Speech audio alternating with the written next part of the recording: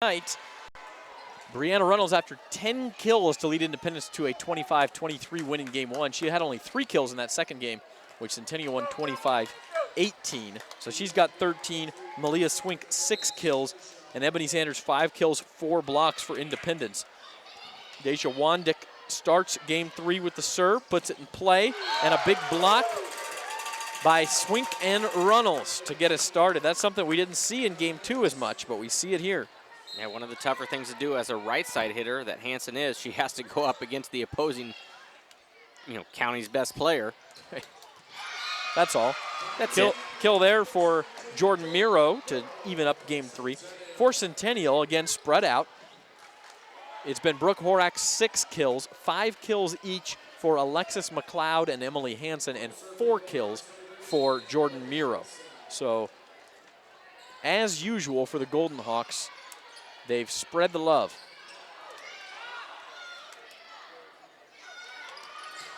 Wide set. Defended nicely by Kinder, but it's going to be a double hit, a ball handling error on Independence, and Centennial's point, 2-1. But those points for Centennial are so important right now. You got an errant pass and a double hit from Independence, and all while Bree Reynolds is on the left side, which means she has 3 rotations. Those are such important points for Centennial to win in order to win this game. And it is Jordan Miro with the tool and the kill. She has 2 early in this set and now 6 for the match. Left-handed serve by Hansen. The laser from Brianna Runnels. Across the court. When in doubt, set Runnels. Yeah, what a swing. There's nothing else to say. Just what a swing. There are not very many volleyball players who can do that. She's one of them. You watch the Olympics, you'll see some. Everybody can do it there. Maybe we'll see Brianna Reynolds in the Olympics one day. Brooke Horak from the middle. Slams it down. Well, let's give some credit to Addie Peters right there, coming up off of a serve that hits the net, which is now legal since the change of the rules, 10, 12 years ago. Makes a great pass and allows Centennial to get a good swing off on offense. And you say 10, 12 years ago. I mean, look, these players in high school now don't know any different. You're right. Yeah, they never played any other rules, so it's not an adjustment for them anymore. The ace by Sanchez, that's her 3rd of the game. I can't get used to the ball off the net on the serve, but these kids know no different. How old are you now, like 62? Yeah, right around there.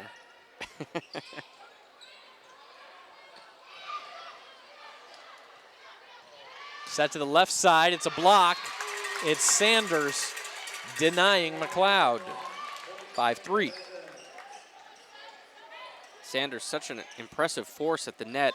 Dellinger's her blocker to her right side. Dellinger is very undersized as a blocker. She's an incredible setter, but she won't be known as a blocker. But Sanders just controls it. Well, that's why you put her with Ebony Sanders. She doesn't need to do a whole lot. Back set for Minnie. Dug up by Ruby.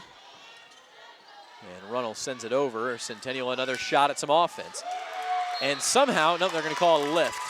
Centennial, or a double hit. Centennial tried to keep that alive, but it'll be point Independence.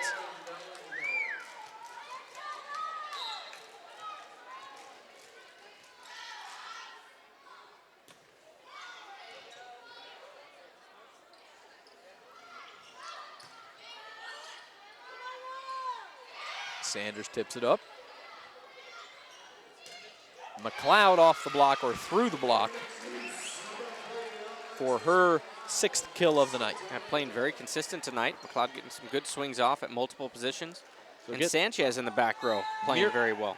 Miro, Horak, and McLeod all have 6 kills now. If Hansen gets the next kill, he'll have 4 players with 6 kills for Centennial. Instead, it's Sanders, and it's 6-5.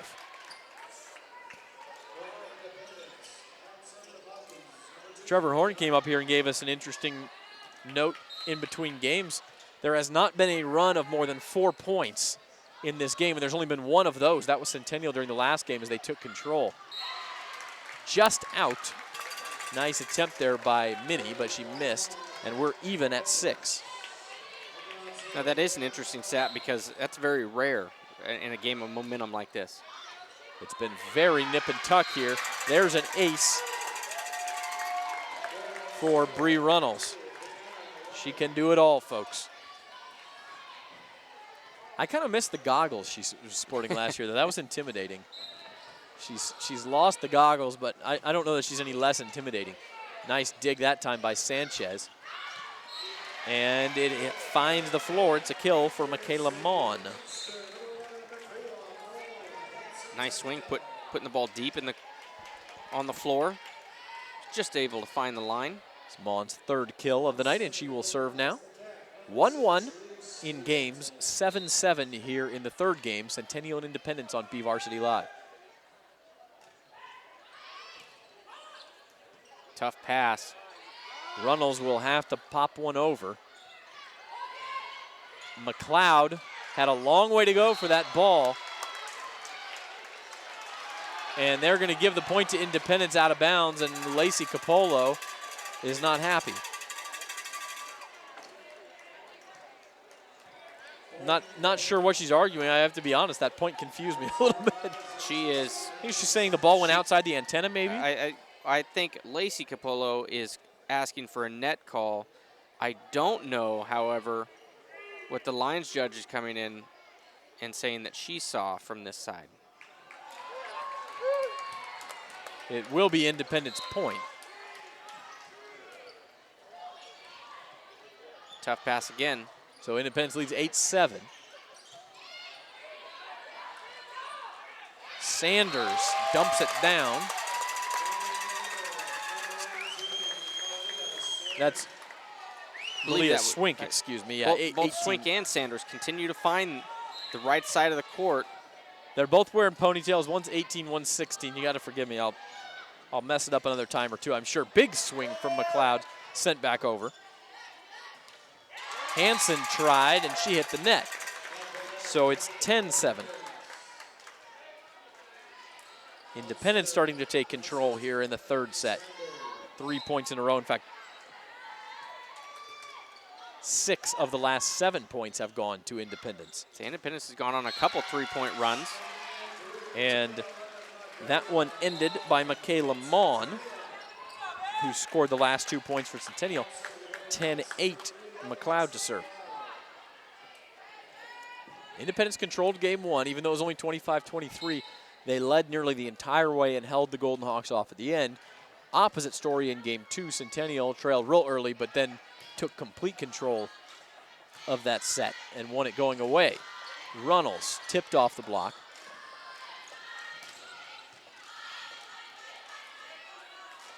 Now Runnels from the back row.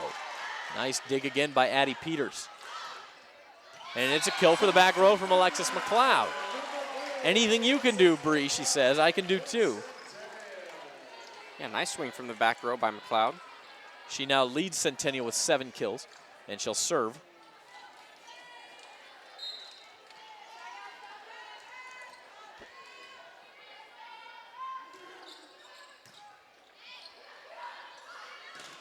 Swink in the middle. Centennial got the block up. And now off the block, Miro with a kill. Miro again going off the outside hand. And just like that, we talk about Independence starting to pull away. 3 in a row for Centennial. And we have 10s on the scoreboard here. Much needed run by Centennial to get themselves back in this match. 1-1 in games, 10-10 in points in the third game.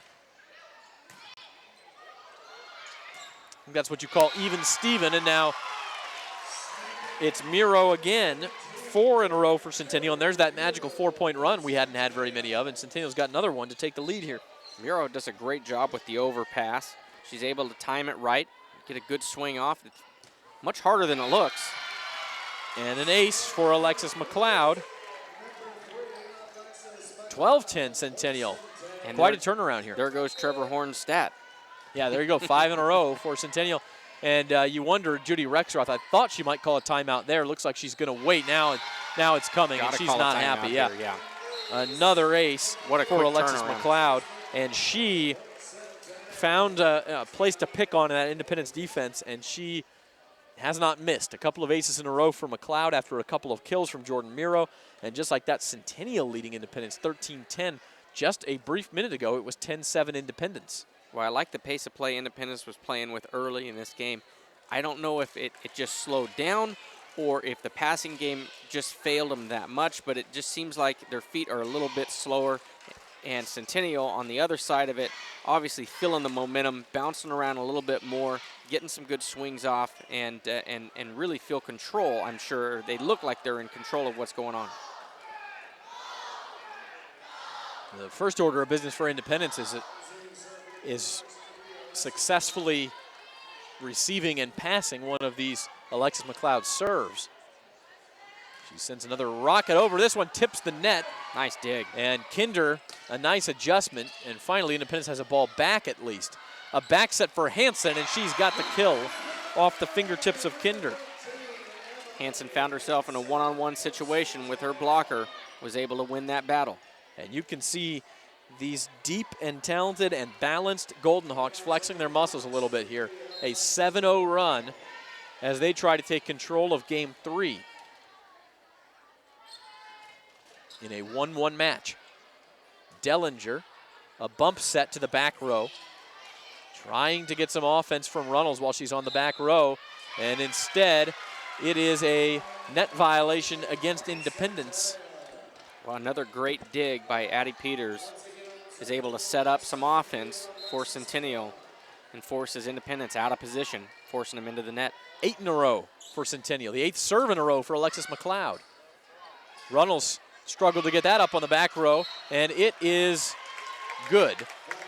Malia Swink found an empty spot on the floor, and Independence, boy, did they need that. Yeah, much needed point for the Falcons. Just to get out of the unfavorable matchups that they were in. Also, just stopping momentum. Rena Esteban will serve for Independence. They trail 15-11. That was an 8-0 run by Centennial that they finally got out of there. Runnels, however, still in the back row. Wandick trying her luck. Now she's going to set Runnels, and she'll just send the ball over. Hansen mistimed her jump. I believe Hansen got away with a carry there. And it doesn't matter because, no. Head referee says it's out. Lines judge called it in. Immediate overrule. And so that is an attack error on Brianna Runnels. I don't think you get an appreciation for how difficult it is to hit the ball that hard from the back row with accuracy, but she was very close there. Now she's in the front row and will tip the ball over. Block again from Malia Swink. Independence desperately trying to stay in touch here in the third set. It's 16-12 Centennial. Offensively, Independence is really out of sync, but these two middle blockers, Sanders and Swink, are doing a fantastic job keeping their team in this game. Wandick to serve. Whoa, and slipped, and that didn't look good for Jordan Miro. Luckily, she's okay. She'll sacrifice the point for her health, I think, and they're going to get that spot wiped up.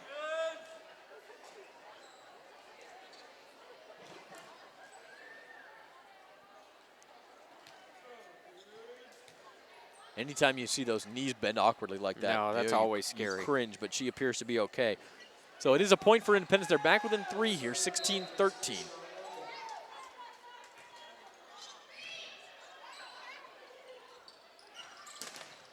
And another big block. McLeod slipped a little bit there, and Swink rejected it. Centennial wants a timeout. So just like that, Independence back within 2. And really doing it defensively right now. On the net, really controlling the net with the middle block and found their way back in this game. So 16-14, Centennial had the big 8-0 run to turn a 10-7 deficit into a 15-10 lead. But since that point, 4 of the last 5 points have gone to Independence, including the last 3. So Trevor had that stat. That Game 3 has been a game of runs. That one's been erased. That stat's been erased. Yeah, this is much more of a momentum game. And that's what you see a lot in volleyball, especially with evenly matched teams.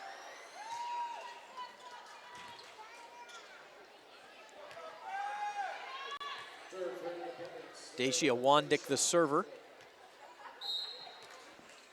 Falcons trailing by 2, trying to continue this run to cut into the lead. Each team with a timeout left here in the third set.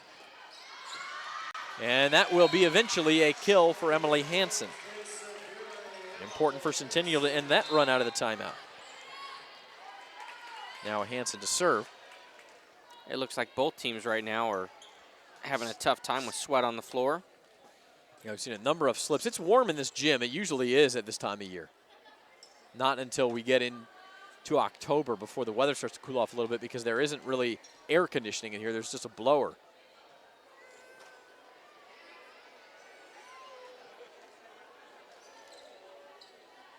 (17-14), Centennial by a field goal here in the third game. Speaking of field goals, big game here tomorrow night on BVarsity Live. Should be a lot of fun to watch. Starting at 7 o'clock, Clovis, number 1 Clovis in town to face Centennial. Joust at the net, and it is won by Brooke Horak for the kill. So back to a 4-point lead for Centennial. Number 1 Clovis had a dogfight with Stockdale last week. They were trailing by 2 touchdowns in the third quarter, but came back, scored the next 28 points in the game, and ended up winning 49-42 in a wild game. Wild point here, and it's going to go to Centennial, and that is the kind of point that when you win them, it is very encouraging for you. The Independence fans asking for 4 hits there. Well, what a great dig by Minnie. Going down with a pancake dig. Was able to keep it up. Nice job by the officials to see it. And here is Runnels, and she had to reach for that ball and hits it into the net. And Judy Rexroth, again, frustrated, wants her timeout.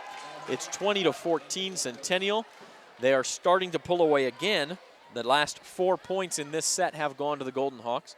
And since it was 10-7, it's a 13-4 run for, or excuse me, a 13-7 run. No, that's right, a 13-4 run for Centennial. And 3 of those 4 points came right in a row for Independence. So that's the kind of game this has been. Yeah, nice job by Centennial coming out of their timeout. Was able to pick up a few points in a row, stop the Independence momentum, and now find themselves with a 6-point lead in set number 3. And the luxury here for Lacey Capolo is she has a chance to stop action with her last time out if Independence should get some momentum. And Judy Rexroth on the other side does not. So Centennial can keep this going for a few more points. Game 3 will be theirs, and they will have a 2-1 lead in this match. Hansen with the ace, a lot of English on that one. Hansen has times where she hits the ball as perfect as she wants to, and it's almost like a really hard knuckleball, and it just dances out there. I think when you get that coming off of a lefty, too, it can be difficult to, you don't see it very often as a defender. Right. Set to the middle, Horak diving in to make the dig is Kinder, and she'll set up Runnels. Centennial scrambling well, filling in the gaps, but not that time. It's again Malia Swink. How many times at the right side of the net have we seen that just in this game? Yeah, Swink and Sanders playing so fantastic for Independence. Right now, Independence has to find some other way to score a point other than either Runnels getting a swing off or their middle blockers making a block. And frankly, Brianna Runnels has only had 4 kills since the end of the first set. She has really been stymied, neutralized, if you will, by Centennial's great defense. Logan Minnie inside the antenna, and it is a kill. Nice job by Minnie. That's the second swing in a row. She's gone down the line and found a way to score a point. Not the most powerful swing, but obviously well placed. And let the countdown begin now for Centennial. They're 3 points away from winning set 3 and taking a 2-1 lead in this match.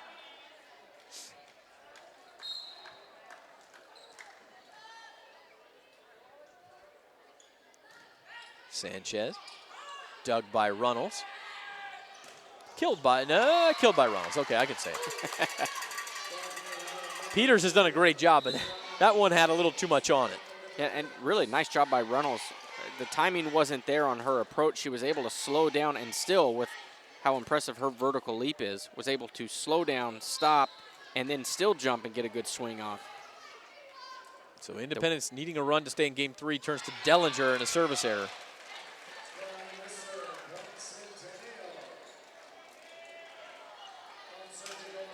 Dellinger obviously upset with herself. She's a very consistent and very good player out there. Not something you see very often from somebody like her. Horak, and sometimes you just get them's lucky. the breaks, yeah. That looked like a service error to return the favor, and it tipped over the net, and it will create game point for Horak and the Golden Hawks. Game of inches, isn't it? And that time it favored Centennial. Not a great pass there, and poorly hit ball by Horak, and a point to Independence. That point not played well by either team. Independence comes out on top and gives himself a chance. They need some big serving here. And an overpass will result in a Wandick kill. So 2 set points saved now for Independence. Still 6 more for Centennial. 24-18. Centennial hoping for its second consecutive 25-18 victory.